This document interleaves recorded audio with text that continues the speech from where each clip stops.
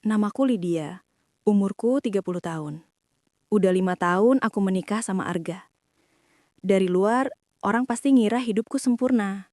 Suamiku mapan, kerja di perusahaan besar, rumah kami di perumahan elit yang tiap pagi suara burungnya nyaring, dan halaman depannya selalu wangi bunga kambunja yang ditanam ibu mertua waktu awal kami pindah ke sini. Kalau lihat dari luar, kayaknya nggak ada yang kurang. Tapi kalau orang-orang tahu apa yang sebenarnya terjadi di balik tembok rumah itu, mungkin mereka bakal sadar. Gak semua pernikahan itu seindah foto di Instagram. Arga bukan suami yang jahat. Dia gak pernah main tangan, gak pernah bentak aku, gak pernah ngelakuin hal yang bisa disebut kekerasan. Tapi dia juga gak pernah benar-benar hadir. Sejak dia dapat posisi baru di kantornya, semua hal berubah. Pulang makin malam, sering lembur, kadang bahkan gak pulang sama sekali dengan alasan rapat di luar kota. Dan setiap kali aku coba ngajak ngobrol, dia selalu jawab pendek. Nanti aja, aku capek. Awalnya aku berusaha maklum. Aku tahu kerja keras dia buat masa depan kami.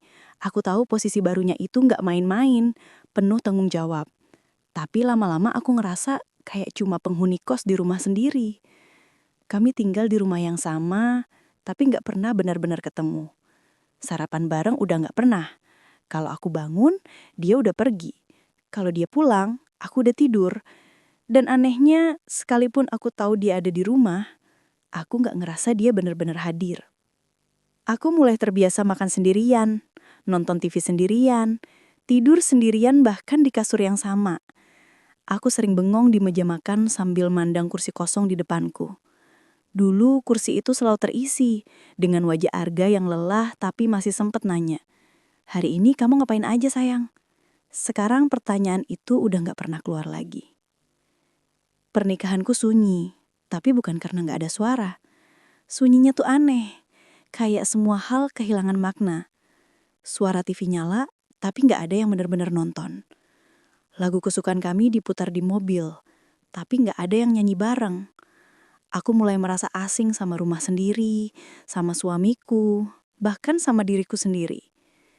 Kadang aku ngaca lama di kamar mandi, nanya ke diri sendiri, apa aku masih menarik buat dia? Rambutku masih sama, wajahku juga.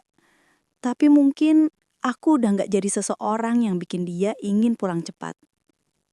Aku sempat coba memperbaiki semuanya. Aku masakin makanan kesukaannya, aku siapin kejutan kecil di hari ulang tahunnya. Aku bahkan beli lingerie baru waktu itu, berharap bisa menghidupkan lagi sesuatu yang udah lama mati di antara kami. Tapi semua usahaku cuma berakhir dengan tatapan datar dan senyum basa-basi. Dia cuma bilang, "Makasih ya Lid, aku seneng." Lalu beberapa menit kemudian, dia balik buka laptopnya lagi. Malam-malamku makin panjang. Aku mulai sering buka ponsel cuma buat ngeliat orang lain di media sosial. Teman-temanku posting foto liburan sama suaminya, dinner romantis, anniversary yang dirayain dengan bunga dan lilin. Sementara aku bahkan gak tahu tanggal berapa terakhir kali kami benar-benar ngobrol lebih dari 5 menit. Aku mulai ngerasa mungkin aku emang gak sepenting itu lagi buat dia. Sampai suatu malam, aku mampir ke kafe kecil dekat kantor. Waktu itu aku baru pulang dari belanja bahan makanan. Aku males pulang langsung, karena tahu rumah bakal sepi lagi. Jadi aku mutusin buat duduk sendirian, pesan kopi latte dan sepotong cheesecake cuma buat ngerasain suasana hidup sedikit. Kafe itu gak terlalu ramai malam itu. Lampunya temeram, ada musik akustik pelan di sudut ruangan. Aku duduk di pojokan dekat jendela, ngeliatin hujan rintik di luar. Rasanya damai, tapi juga sedih. Entah kenapa aku pengen nangis padahal gak ada alasan yang jelas. Dan di saat itu, seseorang nyapa aku dari arah depan. "Lydia?" Aku ngangkat kepala. Suara itu kayak familiar. Waktu mataku nemuin wajahnya, aku butuh beberapa detik buat yakin. Rambutnya masih sama seperti dulu. Sedikit acak, tapi tetap rapih. Matanya hangat, dan senyumnya senyum yang rasanya udah lama banget gak aku lihat. "Tito." Aku refleks nyebut namanya, antara kaget dan gak percaya. Dia ketawa kecil. "Kamu masih ingat aku juga ya?" Dito, teman kuliahku dulu. Orang yang dulu sering bantuin aku ngerjain tugas-tugas berat waktu semester akhir. Kami sempat deket, tapi nggak pernah benar-benar pacaran. Setelah lulus, kami hilang kontak. Aku tahu dia sempat kerja di luar negeri beberapa tahun, dan aku pikir kami nggak bakal ketemu lagi. Tapi ternyata malam itu, di kafe kecil dan sepi itu, dia muncul lagi. Tepat di saat aku ngerasa dunia udah terlalu tinggi buat aku jalanin sendirian. Dia duduk di kursi depan aku tanpa nunggu undangan. Tapi entah kenapa aku nggak keberatan. Justru aku ngerasa nyaman. Kami ngobrol. Awalnya basa-basi. Tentang kerja, hidup, dan kabar teman-teman lama. Tapi obrolan itu cepat berubah jadi sesuatu yang lebih dalam. Dia nanya gimana kabar pernikahanku. Dan untuk pertama kalinya, aku nggak bisa pura-pura. Aku cuma senyum, nunduk, dan bilang baik. Tapi suaraku goyah. Dia lihat mataku lama, terus bilang pelan. Kamu gak harus pura-pura di depan aku. Entah kenapa, kalimat itu langsung bikin dadaku sesak. Selama ini gak ada yang nanya aku dengan cara seperti itu. Gak ada yang peduli apakah aku benar-benar baik atau cuma pura-pura. Dan malam itu, di depan kopi yang udah dingin, aku akhirnya jujur. Aku cerita semuanya. Tentang gimana aku ngerasa sendirian di rumah sendiri, tentang Arga yang makin jauh, tentang malam-malam sunyi yang bikin aku ngerasa hampa. Tito dengerin tanpa motong, tanpa ngasih nasihat yang sok bijak. Dia cuma dengerin, dan itu aja udah cukup bikin aku ngerasa lega. Aku ngerti, katanya. Kadang orang bisa bareng, tapi gak benar-benar bersama. Aku ngeliat matanya, dan di sana aku ngeliat sesuatu yang dulu sempat aku cari di wajah Arga. Perhatian, hangat, nyata. Malam itu kami ngobrol lama, sampai kafe hampir tutup. Dia nawarin nganterin aku pulang, tapi aku nolak halus. Aku tahu kalau aku terima tawaran itu, akan ada sesuatu yang berubah. Tapi bahkan setelah kami berpisah malam itu, aku gak bisa berhenti mikirin dia. Di rumah, Arga udah tidur di kamar. Lampu cuma nyala satu. Aku lepas sepatu pelan, buka coat, dan jalan ke arah tempat tidur. Aku ngeliat wajah Arga yang tenang, tapi rasanya aneh. Kayak ngeliat seseorang yang dulu pernah aku cintai, tapi sekarang cuma jadi bayangan samar. Aku berbaring di sebelahnya, tapi pikiranku masih di kafe. Di senyum Dito, di tatapan matanya yang tulus banget. Hari-hari berikutnya, aku mulai ngerasa aneh. Dito mulai sering muncul, kadang lewat chat, kadang ngajak makan siang. Dia bilang cuma pengen ngobrol, catch up, tapi entah kenapa aku selalu ngerasa ada sesuatu di balik kata-katanya. Dan yang lebih parah, aku mulai nunggu pesan itu datang. Setiap kali ponselku bunyi, jantungku berdebar. Setiap kali ada nama Dito muncul di layar, aku tersenyum tanpa sadar. Aku tahu itu salah. Aku tahu aku masih istri orang. Tapi di sisi lain, aku juga manusia yang haus akan perhatian, sesuatu yang udah lama banget gak aku dapetin. Aku berusaha meyakinkan diri. Ini cuma teman lama, gak lebih. Tapi perlahan garis batas itu mulai kabur. Ada malam di mana aku dan Arga duduk di ruang tamu. Dia kerja di laptop, aku scroll ponselku. Dito ngirimin fotokopi dan buku yang lagi dia baca terus bilang, aku kangen ngobrol sama kamu, Lid.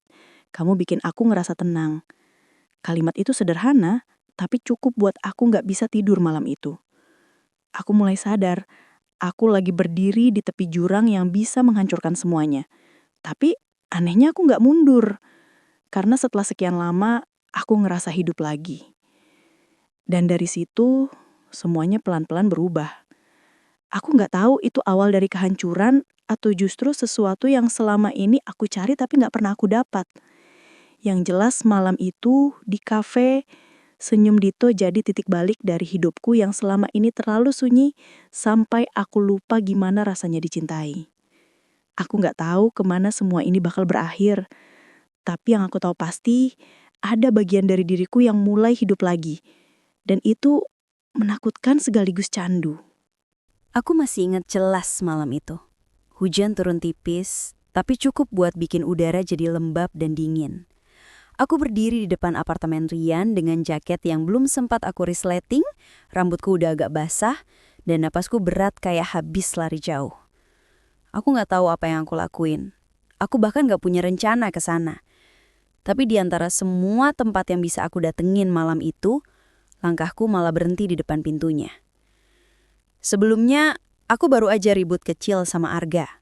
Bukan soal hal besar, cuma ulang tahunku yang dia lupakan. Aku udah siapin makan malam sederhana, lilin kecil di meja makan, dan kue yang aku beli sendiri. Aku nungguin dia pulang dari jam 7 malam, tapi dia baru datang hampir jam 11 malam. Tanpa bunga, tanpa ucapan, tanpa senyum. Dia cuma lepas jas, taruh tas kerja di sofa, dan bilang pelan, "Aku capek banget, Lid. Besok aja ngobrolnya ya." Lalu dia masuk kamar, nutup pintu, dan tinggalin aku sendirian di ruang makan yang masih terang dengan lilin yang udah setengah meleleh. Aku duduk lama di situ. Makanan udah dingin tapi aku nggak sanggup buang. Rasanya konyol tapi juga menyakitkan. Aku cuma pengen didengar, diingat, atau sekedar dihargai. Tapi entah sejak kapan, aku nggak jadi prioritas lagi buat dia. Waktu air mataku mulai jatuh satu-satu ke piring, aku ambil kunci mobil dan keluar rumah tanpa banyak pikir. Aku nyetir tanpa tujuan, cuma pengen jauh dari rumah. Dari perasaan hampa itu, dari semua hal yang bikin aku ngerasa nggak berarti. Sampai akhirnya, aku sadar, tanganku otomatis berhenti di setir tepat di depan gedung apartemen itu. Apartemen Rian. Entah karena takdir atau cuma pelarian, tapi malam itu, aku tekan bel di unitnya. Butuh beberapa detik sampai pintunya kebuka. Rian muncul dengan kaos abu-abu polos dan rambut berantakan.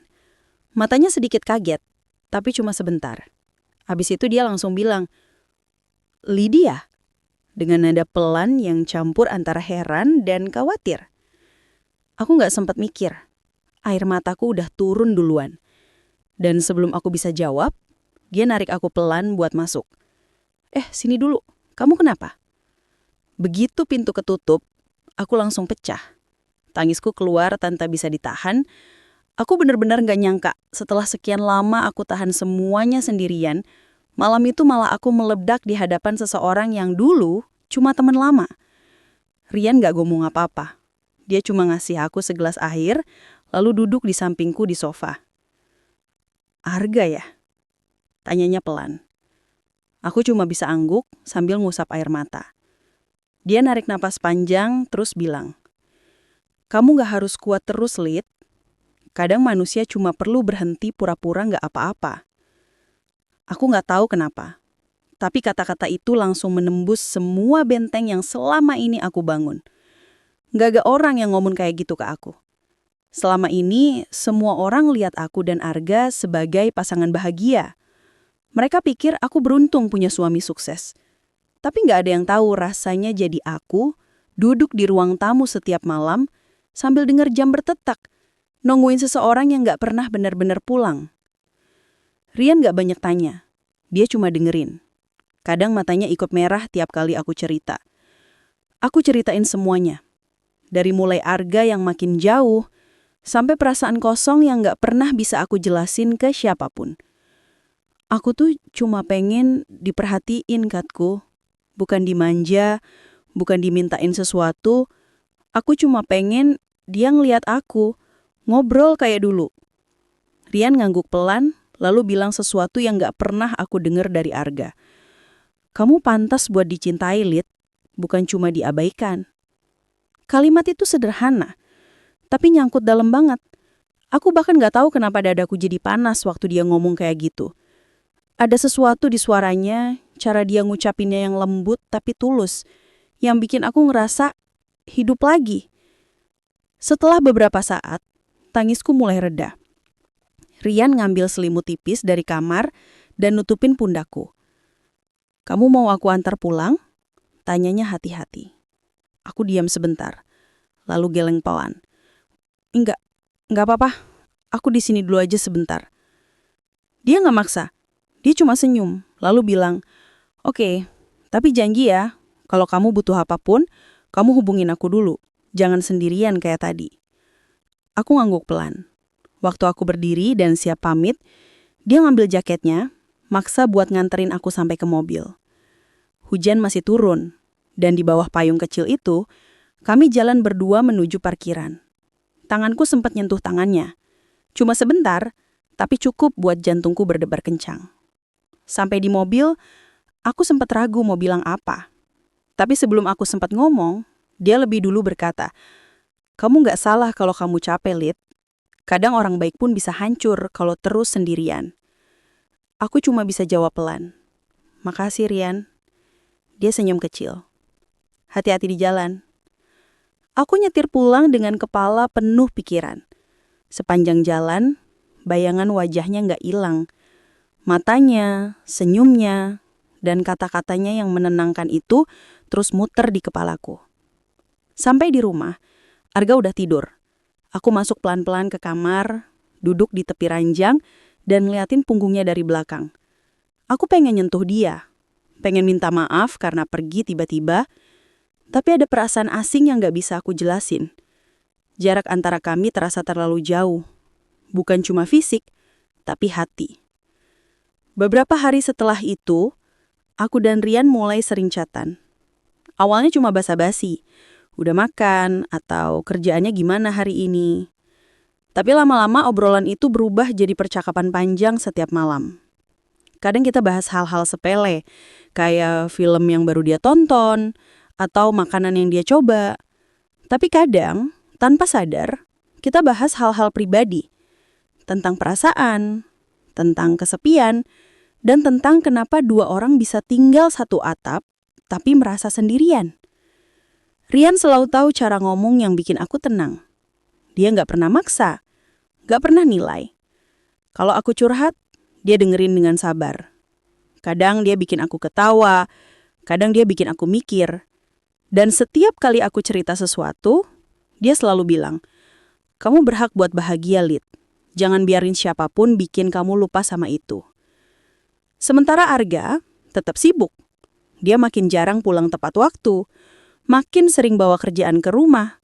Dan bahkan ketika aku duduk di depannya, dia bisa nggak sadar aku ada di situ. Kadang aku mikir, mungkin aku udah nggak penting lagi buat dia. Suatu malam, waktu aku lagi masak, HP-ku bunyi. Ada pesan dari Rian. "Aku lagi di depan rumah, boleh ketemu bentar?" Jantungku langsung berdebar. Aku lihat jam, hampir jam 8 malam. Aku keluar ke teras, dan bener aja, mobilnya terparkir di depan pagar. Dia keluar, bawa sesuatu di tangan. "Aku lewat daerah sini, sekalian bawain kamu ini," katanya sambil ngasih kotak kecil. Isinya cheesecake dari kafe tempat kita pertama kali ketemu. "Gila, kamu masih ingat aku suka ini?" Aku bilang sambil ketawa kecil. Dia nyengir. "Ya masa lupa? Dulu kamu sering nyuruh aku anterin buat tugas malam, ingat gak?" Kami ngobrol sebentar di teras, dan itu cukup buat aku ngerasa anget lagi. Gak lebih dari 15 menit, tapi cukup buat ngisi ruang kosong yang udah lama gak kosong. Setelah dia pergi, aku duduk lama di bangku teras sambil ngeliatin kue itu. Ada rasa bersalah di dada, tapi juga rasa yang aneh. Kayak aku takut kehilangan sesuatu yang belum sepenuhnya aku punya. Dan malam itu juga, setelah pertengkaran kecil yang sama lagi dengan Arga, tentang waktu, tentang perasaan, tentang kehadiran, aku akhirnya menyerah.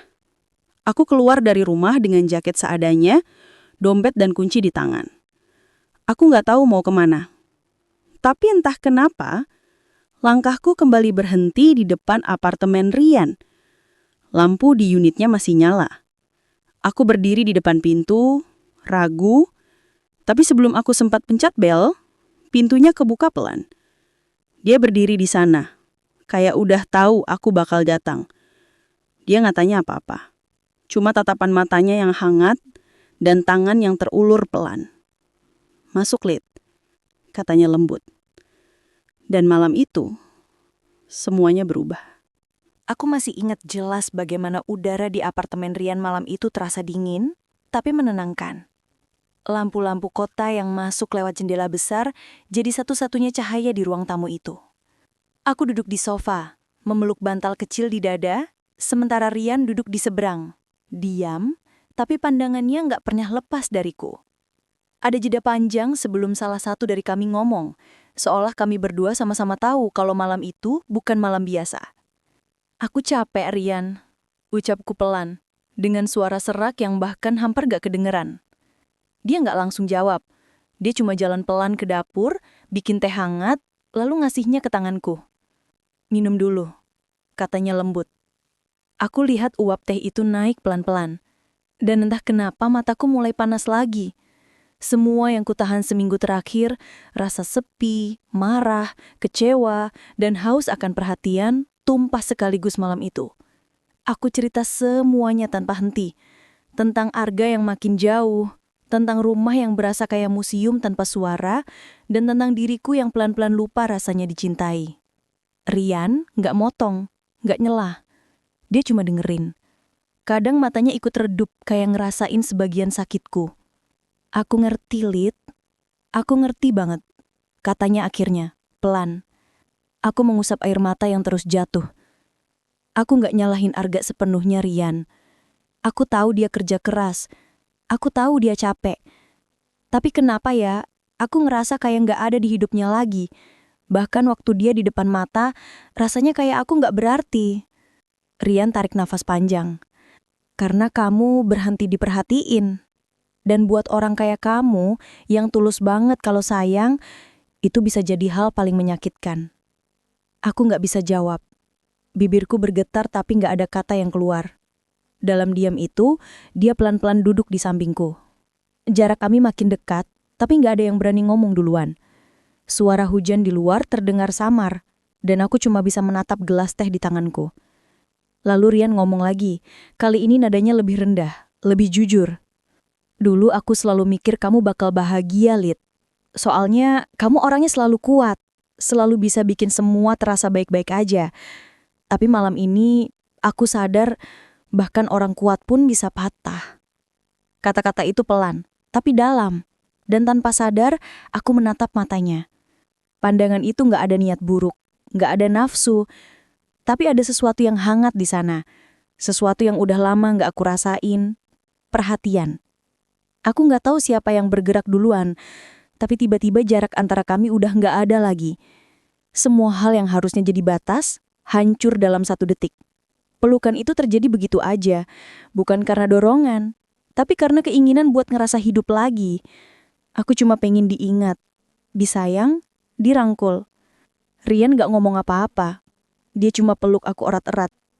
Dan dalam pelukan itu, untuk pertama kalinya setelah sekian lama, aku ngerasa nggak sendirian. Aku bisa dengar degup jantungnya, bisa ngerasain hangat kulitnya. Dan di tengah semua kebisuan itu, aku nyadar aku udah melangkah terlalu jauh. Tapi aku juga nggak bisa berhenti. Aku nggak tahu siapa yang mulai. Tapi malam itu, semua batasan hancur. Suara hujan di luar makin deras dan setiap detik yang lewat cuma bikin aku makin sadar kalau apa yang kami lakuin salah. Tapi di saat yang sama, ada sesuatu di dalam diriku yang gak mau berhenti. Aku haus kasih sayang, haus diperhatiin. Dan Rian malam itu ngisi ruang kosong yang selama ini cuma jadi luka. Setelah semuanya berlalu, aku terbaring di sampingnya dalam diam panjang yang aneh. Jantungku berdetak cepat, tapi pikiranku kosong. Aku menatap langit-langit kamar, berusaha bernafas pelan. Seolah nafas bisa menghapus apa yang baru aja terjadi. Tapi nyatanya malah rasa bersalah yang makin kuat. Rian bangun pelan, nyari baju di lantai, terus duduk di tepi ranjang. Dia nggak langsung ngomong, cuma nunduk, seolah dia juga nggak nyangka semuanya bisa sampai sejauh ini. Lid, suaranya berat. Aku cuma jawab lirih. Aku tahu, kita salah. Dia menatapku dengan mata yang lembut tapi tegas. Aku nggak mau kamu ngerasa harus jadi apapun buat aku. Aku tahu kamu gak nyari pelarian. Kamu cuma butuh seseorang buat dengerin kamu, buat nenangin kamu. Aku nunduk dan nahan air mata yang udah hampir jatuh lagi. Dia lanjut. Kamu gak harus jadi apa-apa, Lid. Tapi kamu juga gak boleh terus merasa sendiri kayak gini. Kamu berhak buat bahagia, tapi bukan dengan nyakitin diri sendiri kayak tadi. Aku diam lama. Kata-katanya benar, tapi tetap aja ada rasa aneh di dada. Rasa takut, rasa malu, dan rasa kehilangan sekaligus. Aku sadar dalam satu malam, aku udah nginjek batas yang gak bisa aku tarik lagi. Waktu aku bangun pagi, sinar matahari nyusup lewat tirai. Rian udah di dapur, nyiapin kopi dan roti bakar. Aku duduk di kursi, nunduk, dan cuma bisa bilang, aku gak tahu harus ngomong apa. Dia senyum kecil. Tapi senyum itu gak sepenuhnya bahagia. Gak usah ngomong apa-apa. Aku ngerti. Suasana jadi hening lagi. Cuma suara sendok nyentuh cangkir dan deru kipas angin yang muter pelan. Akhirnya aku bilang pelan, aku harus pulang. Rian cuma ngangguk. Aku antar. Sepanjang perjalanan, gak ada yang ngomong. Mobil melaju pelan di bawah langit abu-abu. Aku lihat keluar jendela, ngerasain perasaan campur aduk, antara menyesal tapi juga lega. Lega karena akhirnya aku ngerasa hidup lagi walaupun cuma sebentar. Tapi juga takut karena aku tahu konsekuensinya gak akan kecil. Begitu mobil berhenti di depan rumahku, aku lihat pintu rumah itu. Rumah yang selama ini terasa asing dan jantungku langsung nyeri. Aku berbalik ke arah Rian dan dia menatapku dengan tatapan yang dalam. Kalau kamu butuh aku, kamu tahu kemana harus nyari aku. Aku cuma bisa ngangguk, lalu keluar dari mobil. Langkahku berat waktu buka pintu rumah. Arga udah bangun, duduk di meja makan sambil buka laptop seperti biasa. Dia lihat aku sekilas, cuma bilang, "Kamu dari mana?" Tanpa nada marah, tanpa curiga, cuma datar. Aku bohong. Tadi ke rumah teman, semalam ribut, aku butuh tenang. Dia cuma jawab, "Oh." Dan sesederhana itu, gak ada tanya lebih lanjut, gak ada usaha buat tahu. Seolah dia gak peduli. Aku masuk kamar, duduk di tepi ranjang dan ngerasain beban yang luar biasa berat di dada. Aku pengen nyalahin diri sendiri, tapi di sisi lain, aku juga pengen nyalahin dia, suami yang bahkan gak sadar istrinya baru aja pulang dari tidur di pelukan orang lain. Hari-hari setelah itu berjalan aneh. Aku dan Rian gak langsung putus kontak. Kami masih chat, masih ngobrol, tapi nada pembicaraannya beda. Lebih hati-hati, lebih pelan. Seolah kami berdua sama-sama tahu kalau satu langkah lagi bisa menghancurkan segalanya. Tapi rasa itu, rasa nyaman yang aku dapat dari dia, gak hilang. Bahkan malah makin kuat. Tiap kali Arga sibuk, tiap kali aku duduk sendirian di ruang tamu, yang aku pikirin bukan lagi suamiku, tapi Rian. Dan itulah saat aku sadar, malam itu bukan cuma sebuah kesalahan. Itu awal dari sesuatu yang pelan-pelan tumbuh jadi lebih besar dari yang seharusnya. Sesuatu yang aku tahu akan menghancurkan segalanya. Tapi di saat yang sama, aku gak sanggup berhenti. Aku sempat bengong waktu dengar suara dari seberang telepon. Polisi. Suara laki-laki itu tenang tapi dalam. Apakah ini dengan Ibu Lydia, istri dari Bapak Arga Pradipta? Aku langsung berdiri dari sofa. Jantungku kayak mau copot. "Iya, saya sendiri." "Ada apa ya, Pak?" Suami ibu ditemukan di dalam mobilnya di area parkir sebuah hotel di Bandung. Kami perlu ibu datang untuk memastikan identitas dan memberi keterangan. Dunia rasanya langsung berhenti. Aku bahkan gak sempat mikir. Tangan gemeter waktu aku ambil kunci mobil. Hujan turun deras malam itu. Wiper mobil terus bergerak, tapi mataku kabur. Antara takut, cemas, dan rasa bersalah yang makin menyesakan. Begitu sampai di kantor polisi, aku langsung disambut petugas yang mukanya kelihatan tegas, tapi matanya seolah ngerti kalau aku udah diambang hancur. Dia nunjuk ke arah ruangan dingin di ujung lorong. Di situ, aku lihat Arga. Dia masih hidup, tapi kondisinya kacau. Matanya sembab, rambut berantakan, dan tangannya masih gemetar waktu polisi keluarin hasil pemeriksaan. Bapak ini kami temukan dalam kondisi mabok berat, hampir overdosis obat penenang, kata salah satu petugas. Aku gak bisa nahan air mata.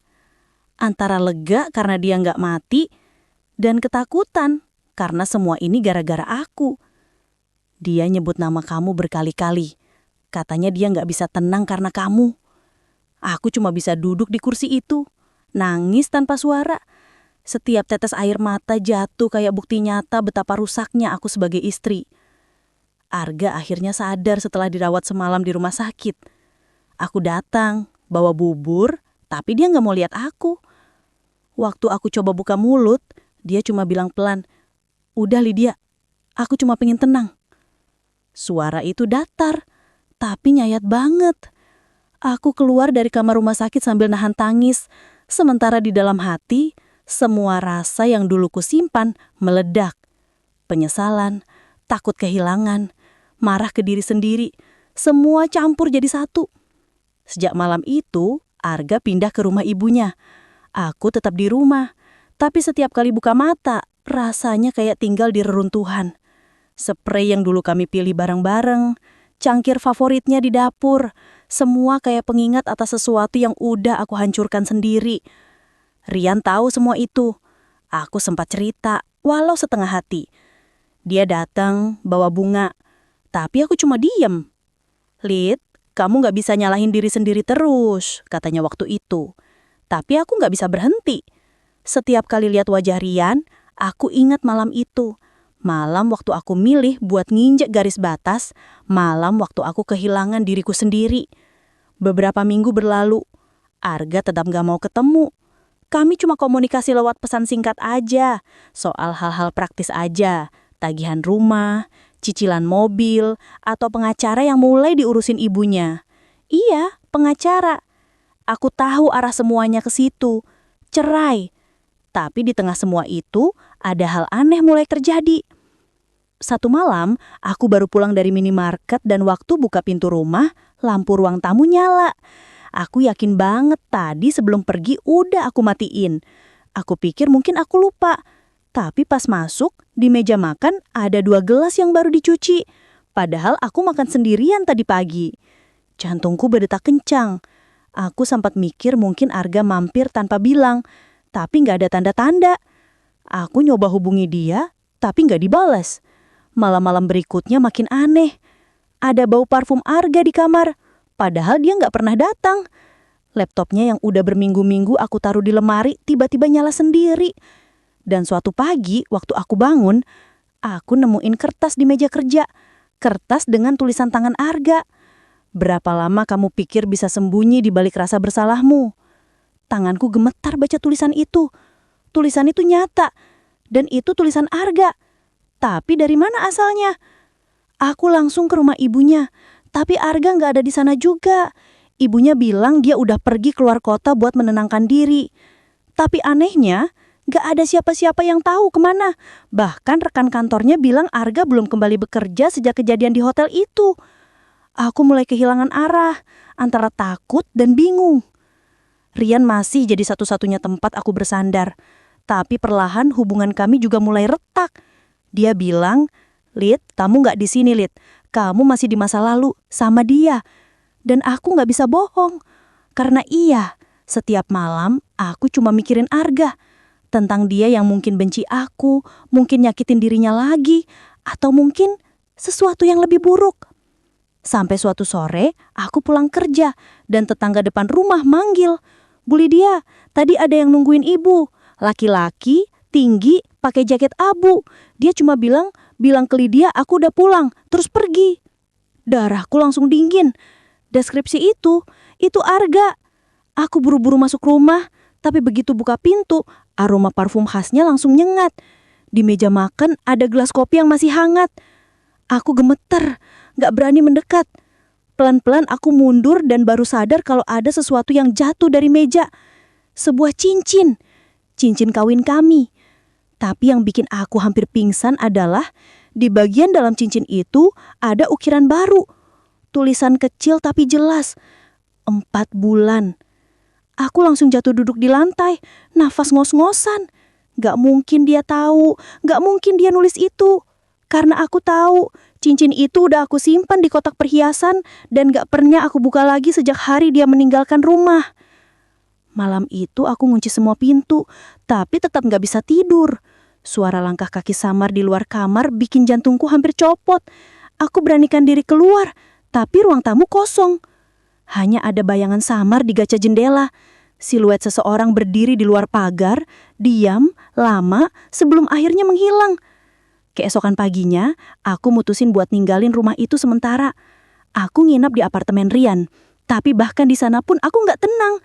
Telepon masuk tengah malam tanpa suara di seberang, notifikasi pesan kosong dari nomor tak dikenal, dan kadang aroma parfum itu lagi. Rian mulai curiga. Dia bilang, "Lid, kamu butuh bantuan. Ini bisa jadi cuma perasaanmu aja." Tapi aku tahu, itu bukan cuma perasaan. Sesuatu atau seseorang benar-benar ngikutin aku. Dan anehnya, malam terakhir di apartemen Rian, aku nemuin sesuatu di bawah puntu. Sebuah amplop coklat. Isinya cuma selembar foto. Aku dan Rian di kafe waktu pertama kali ketemu lagi. Tapi di belakang foto itu ada tulisan tangan yang aku hafal banget. Tiap senyum ada harga yang harus dibayar. Aku tahu tulisan itu. Tulisan Arga. Dan malam itu, aku baru sadar rahasia yang selama ini aku pikir cuma di antara aku dan Rian, ternyata nggak pernah benar-benar jadi rahasia. Seseorang di luar sana tahu semuanya. Dan sepertinya dia nggak akan diam begitu aja. Aku masih ingat jelas malam itu.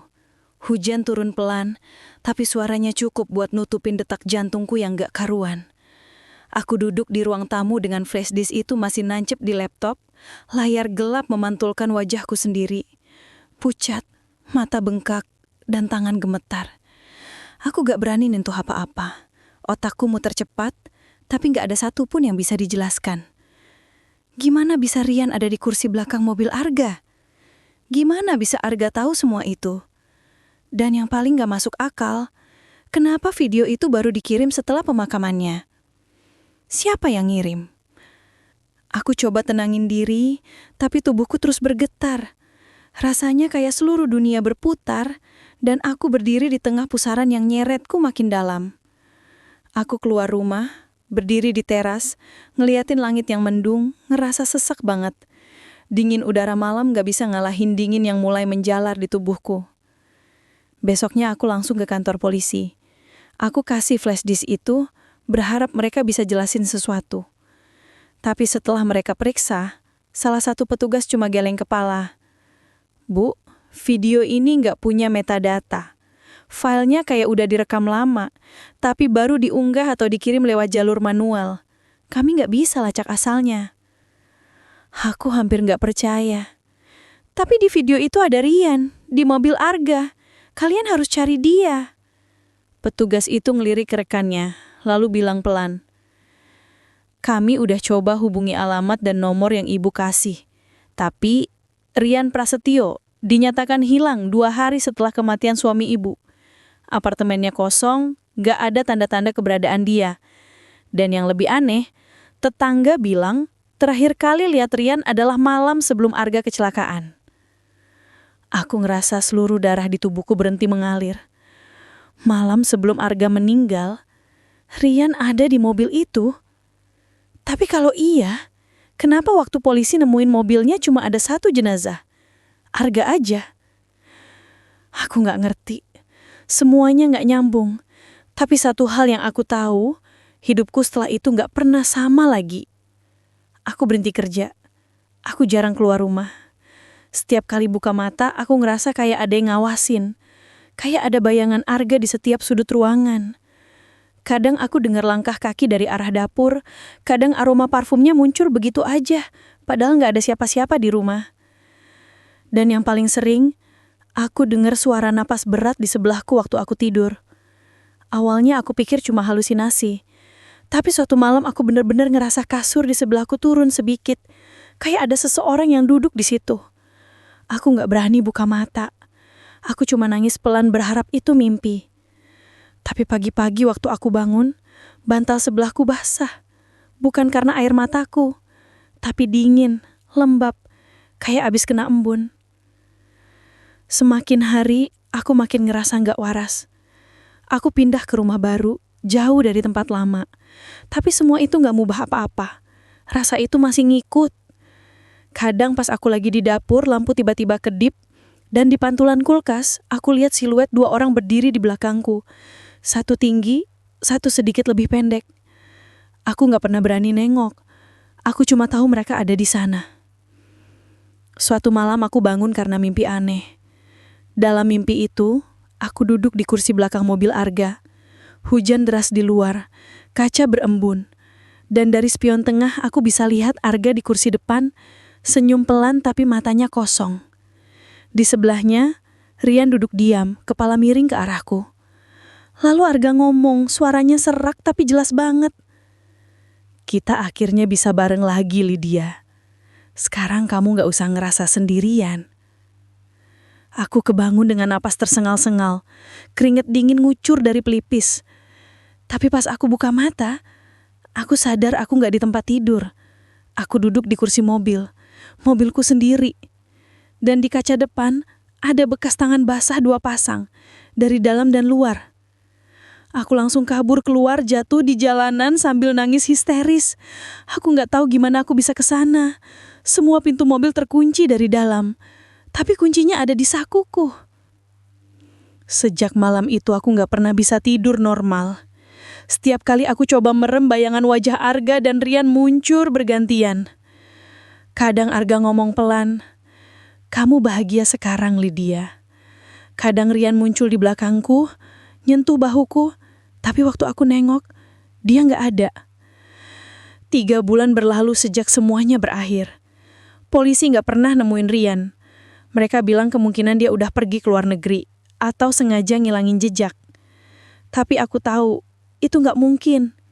Rian bukan tipe orang yang ninggalin tanpa pamit. Dan setiap kali aku buka laptop, aku selalu nemuin sesuatu yang baru.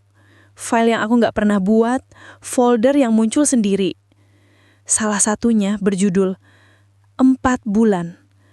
Waktu aku buka, isinya cuma 1 video berdurasi 7 detik. Suara napas berat, lalu bisikan pelan, "Giliran kamu, Lydia." Aku matiin laptop seketika tapi gak bisa tenang. Aku nyalain semua lampu rumah tapi rasanya tetap gelap. Aku tahu ini bukan hal biasa. Aku tahu Arga belum sepenuhnya pergi. Suatu malam, waktu aku lagi duduk di ruang tamu, listrik tiba-tiba mati. Gelap total. Di antara keheningan itu aku dengar suara langkah pelan mendekat. 1 langkah, 2 langkah, lalu suara napas di belakangku. "Aku udah bawa dia juga, Lydia," bisik suara itu. Aku muter badan pelan tapi yang aku lihat cuma gelap total. Hidungku mencium aroma parfum yang sangat familiar. Aroma Arga. Dan di detik itu, dari arah jendela aku lihat bayangan 2 orang berdiri di luar, menatap lurus ke arahku. Arga dan Rian. Dua-duanya diam, tapi wajah mereka dingin, tanpa ekspresi, kayak nyatu sama kegelapan di belakang mereka. Aku jatuh tersungkur teriak sekeras-kerasnya tapi gak ada suara yang keluar. Tenggorokanku serasa dikunci. Dan dalam detik berikutnya semua lampu nyala lagi. Bayangan itu hilang. Tapi di lantai, tepat di depan kakiku ada 2 cincin kawin. Cincin milikku dan milik Arga. Dua-duanya berdarah. Sejak malam itu aku gak pernah keluar rumah lagi. Orang-orang bilang aku gila. Aku sering teriak tengah malam bilang Arga dan Rian datang. Tapi gak ada yang percaya. Mereka gak tahu. Karena setiap kali aku coba tidur, mereka berdua selalu duduk di pinggir ranjang. Saling berbisik pelan, seolah menungguku buat ikut mereka. Dan malam ini aku nulis ini semua buat terakhir kalinya. Kalau besok aku gak ada, jangan cari aku. Karena mungkin aku udah capek, Rari. Mungkin aku bakal pergi nyusul mereka. Atau mungkin mereka yang bakal datang jemput aku lagi. Di antara gemuruh hujan yang makin deras di luar, aku dengar suara itu lagi. Suara Arga deket banget di telingaku. "Kamu gak sendirian lagi, Lydia." Aku menutup mata dan di balik kelopak ini aku bisa lihat mereka berdua. Senyum tipis, dingin, abadi. Dan setelah itu, semuanya gelap.